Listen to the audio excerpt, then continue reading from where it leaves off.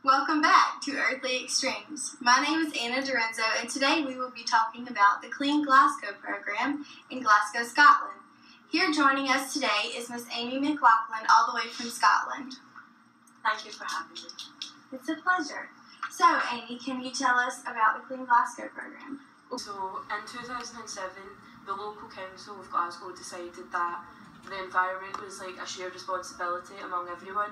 So our organisation, Clean Glasgow, has one clear goal, which is to create a safer and clean environment for the community's inhabitants.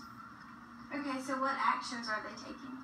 Okay, so more generally speaking, volunteers such as myself will deal with calls, emails, we've even got an app where people within Glasgow can report littering, graffiti, even dog fouling if they believe it has to be cleaned up, and then volunteers like me will go out and clean it up for the community.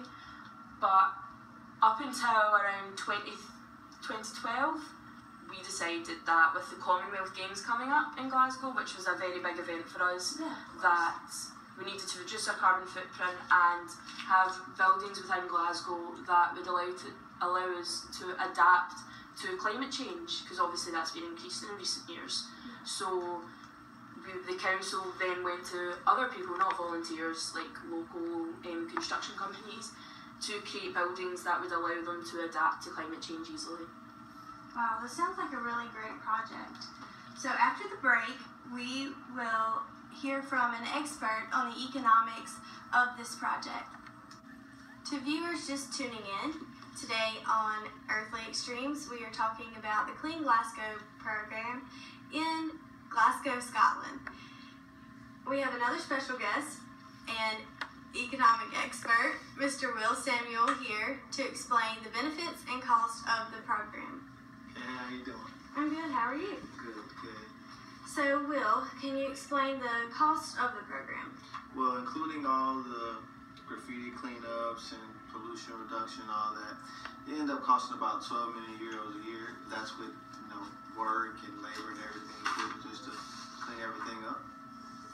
Wow, that seems like a lot. So I'm guessing there are benefits to this program? Yes, actually, when you factor in like an increased value in real estate and overall morale being better, that the city's cleaner, and you have increase in tourist attractions, you end up coming to about 10 million a year. That's with an interest rate of 5% increasing.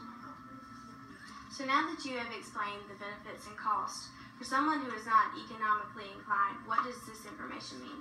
Okay, well, since the cost is 12 million euros, that means that every single year that the program is active, it will cost 12 million euros, and with a benefit of 10 million euros a year plus an interest rate of 5%, that value increases over time, and actually it's not effective in the short term. You're actually losing money. However, in the long term, which is past 5 years, once you get into 6 years, it's actually a benefit, and the cost-benefit ratio at that point will be 1.04, which lets you know is the difference between the benefits and the cost. As long as that number is greater than 1, that value increases over time, and actually it's not effective in the short term. You're actually losing money. However, in the long term, which is past 5 years, once you get into 6 years, it's actually a benefit, and the cost-benefit ratio at that point will be 1.04. You think that Glasgow Scotland should go through with this program over the next couple of years? Yes, if they continue to do it over a long period of time, it will be extremely effective. Actually, it'll even reduce the cost over time,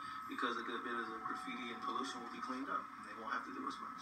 So yes, in the long term, it's a great choice to make. Well, it sounds like an environmentally friendly program, and I look forward to seeing what happens in the next couple years. I do too. Thanks, viewers, for tuning in. Next week's topic, shark finning.